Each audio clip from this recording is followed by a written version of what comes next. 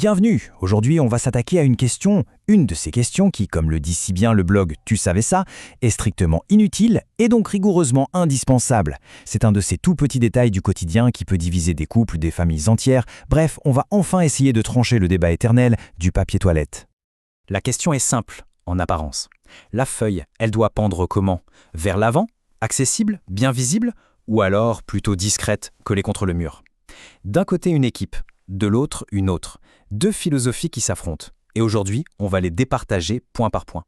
Allez, on plonge directement dans le vif du sujet avec le premier round de cette confrontation. La pure mécanique. Comment est-ce qu'un simple rouleau peut-il être au cœur d'un tel débat? Eh bien, tout est une question de physique. En fait, c'est assez simple. Quand la feuille pend par-dessus, on tire et hop, la gravité fait le boulot. Le mouvement est fluide, c'est efficace, ça se déroule sans accroc. A l'inverse, si on choisit la position par-dessous, le papier va frotter contre le mur. Et là, ça crée de la friction, ça peut coincer et parfois ça se déchire mal. Clairement, l'expérience est moins optimale. Donc, si on s'en tient purement à la mécanique et à l'efficacité, il n'y a pas vraiment photo. La méthode par-dessus est juste mieux conçue pour fonctionner avec les lois de la physique. Le premier point est donc attribué et c'est une victoire nette. On passe maintenant à la deuxième manche. Et là, attention, c'est du lourd. L'argument historique. On pourrait croire que tout ça n'est qu'une question de goût personnel, mais il existe une preuve, une vraie, qui remonte à l'invention même du rouleau perforé. Un tout petit peu de contexte. Le papier toilette tel qu'on le connaît débarque en 1857. Mais le moment qui nous intéresse vraiment, c'est 1891. C'est là que Seth Wheeler dépose le brevet pour le rouleau avec les petites perforations, celle qui nous change la vie. Et là voilà, la pièce à conviction, le document original, celui par qui tout est arrivé. Les schémas dessinés par Seth Wheeler lui-même sont absolument sans équivoque. L'inventeur a représenté le rouleau avec la feuille qui tombe par-dessus. Pour les défenseurs de cette méthode, c'est l'argument ultime. C'est comme ça que ça a été pensé depuis le début.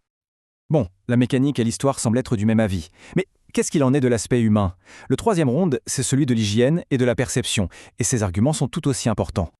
Le point central, ici, c'est l'hygiène. Avec la feuille par-dessus, les doigts ne touchent que le papier qu'on s'apprête à utiliser. En position par-dessous, il y a un risque de frôler le mur, qui n'est pas forcément l'endroit le plus propre de la pièce. En plus, la feuille vers l'avant, ça paraît plus accessible, plus invitant. Et puis, il y a le marketing. Les marques préfèrent ce sens pour qu'on voit bien leurs jolis motifs. Bien sûr, le camp d'en face a des arguments. C'est plus difficile pour un chat ou un enfant de tout dérouler, mais quand même. Ok, on a vu la mécanique, l'histoire, l'hygiène. Il est temps de passer au round final, le verdict du grand tribunal de l'opinion publique. Que disent les chiffres sur nos habitudes à tous? Et là, les chiffres sont assez frappants. Une étude de 2010 a montré qu'une écrasante majorité, 70% des gens, préfèrent la méthode par-dessus. Ça veut dire que seuls 30% restent fidèles à la position par-dessous. La majorité a donc très clairement choisi son camp. D'ailleurs, au-delà des chiffres, ce choix en dirait long sur notre personnalité.